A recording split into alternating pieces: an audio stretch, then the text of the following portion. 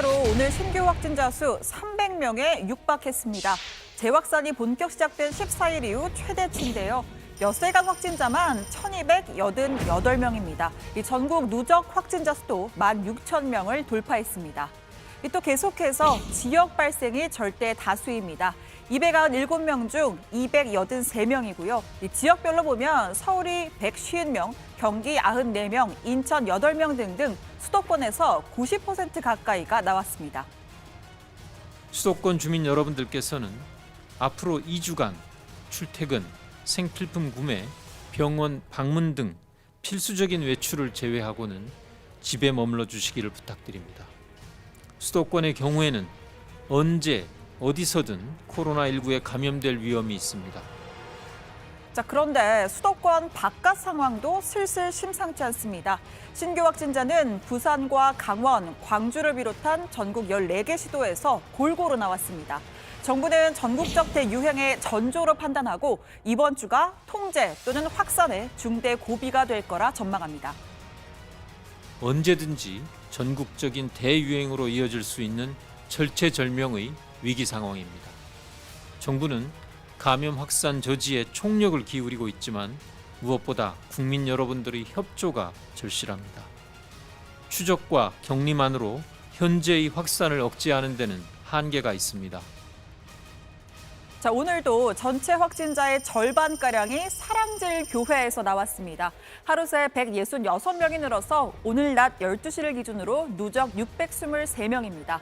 교인이 전국에 퍼져 있고 또 다른 교회를 동시에 다니는 경우도 많아서 확산이 빠른데요. 보시는 것처럼 이 노원구의 안디옥교회, 또 오늘 이 중랑구 금란교회도 있고요. 또 롯데홈쇼핑 미디어 서울센터, 농협카드 콜센터 등등 교인들의 직장 등지에서 2차 전파가 진행 중입니다. 서울의료원 음악병실에 입원한 전광훈 담임 목사는 평소 앓던 기저질환이 악화된 것으로 전해졌습니다. 이송 중에도 이렇게 웃으며 통화하는 모습을 보였었는데 하루 만에 상태가 좀 나빠졌다고 합니다. 전 목사는 광화문 집회 다음 날에도 온라인 예배를 진행했는데요. 사랑제일교회 집단 감염이 조작이라고 주장합니다. 어제 또 하루도 결국 저 거기에 연설 못 나게 하려고 저한테 지금 자가격리를 시켜서 나를 밖에 못 나게 하려고 하는 거죠. 전 정상이에요, 정상. 그래서 별 방법으로 이제 나를 지금 통제하려고 하는데 지금 절반 가까이는 정상 없어요. 열도 안 나고 기침도 안 하고 아무것도 없는데 그냥 양성이라고 해가지고 병원을 막 때려넣고 있습니다. 숫자를 난 조작한다고 봅니다. 그것은. 병원에 가기 전 전 목사는 교회 관계자들에게 일주일 안에 사태가 마무리되도록 조치하라라고 말했다고 합니다.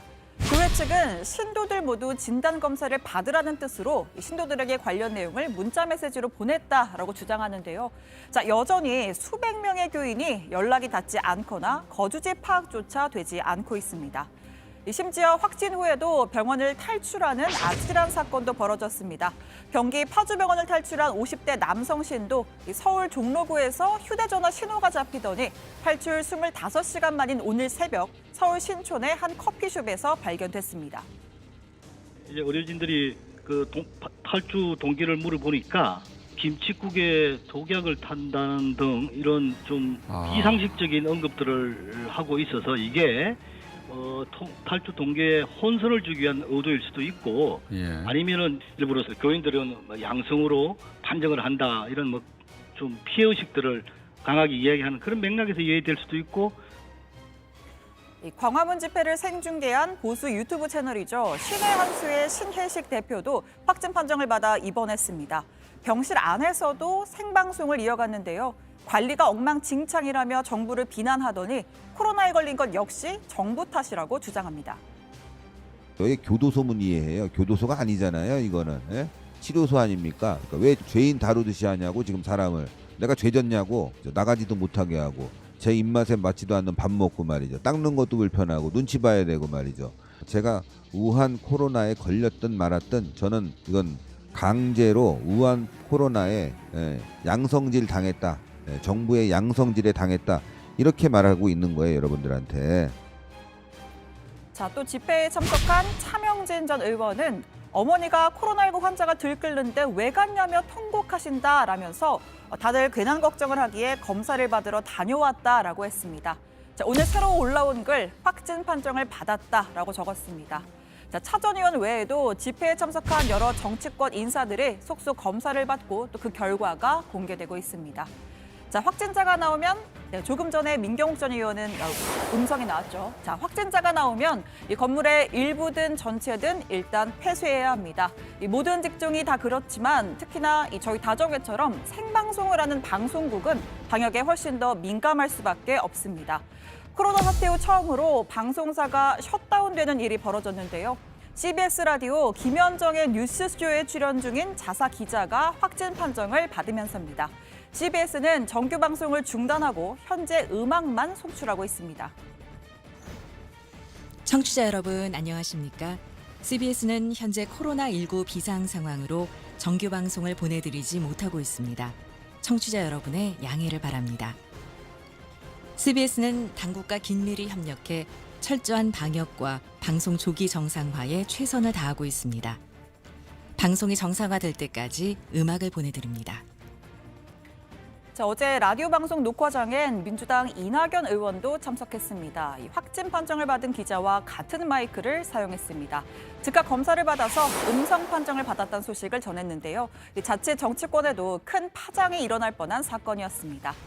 자, 오늘부터 서울, 경기, 인천, 수도권 3개 시도에서 완전한 2단계 거리두기가 시행됐습니다. 실내 50명 이상, 실외 100명 이상이 집결하는 모든 모임과 행사는 2주간 원칙적으로 금지됩니다. 방역 측면에서는 불가피한 조치지만 행사나 또 시험을 앞둔 이들은 속된 말로 멘붕에 빠졌습니다. 당장 이번 주 결혼식에 50명 이상이 모이면 주최 측은 물론이고 참석자들까지 300만 원의 벌금을 물어야 합니다.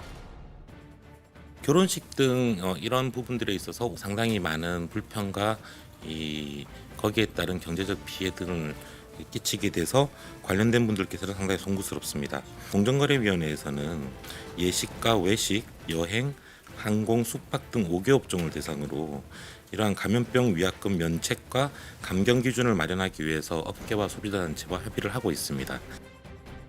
위약금 없이 연기하거나 최소 보증인원 조정을 요청하고 있지만 말 그대로 요청일 뿐 업계가 받아들일지는 미지수입니다. 현장에서 혼란이 커질 수밖에 없는데요. 관련해서 명확한 지침이 사전에 마련됐어야 한다는 지적도 나옵니다.